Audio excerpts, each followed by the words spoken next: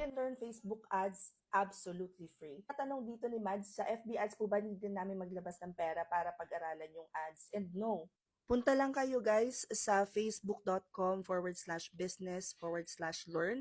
Pagkatapos, makikita nyo na dyan, i-click nyo lang to, free online courses. Meron din silang learning programming and yung meta certification mismo.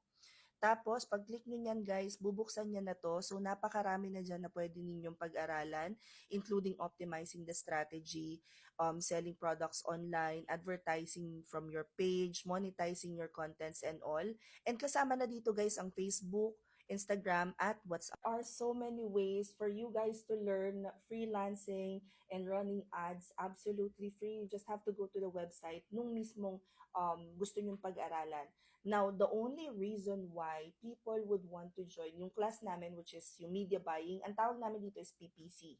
Kasi si PPC is a form of media buying wherein nag-charge lang yung client or kung sino man yung nagbabayad sa pag-run ng ads kapag may nag-click. So, maraming kasing iba't ibang strategies na pwede mong matutunan sa pag-run ng ads. And di lang Facebook yung matututunan ninyo. So, pag-aaralan nyo is Meta and Google, and kung kaya pa, sinisingit yata nila yung TikTok. Yeah. Anyway, if you guys are interested to learn media buying or paano mag-run ng ads, class this weekend. So, i-click nyo lang tong link sa bio ko. Pagkatapos, makikita nyo sa open classes, 999 PPC, media buying, with level 3 with internship to. So, asan? Ayan. Yan, there. PPC with internship kasi siya. So, after nung live classes nyo, 2 days siya, Saturday and Sunday, 4 till 8 p.m.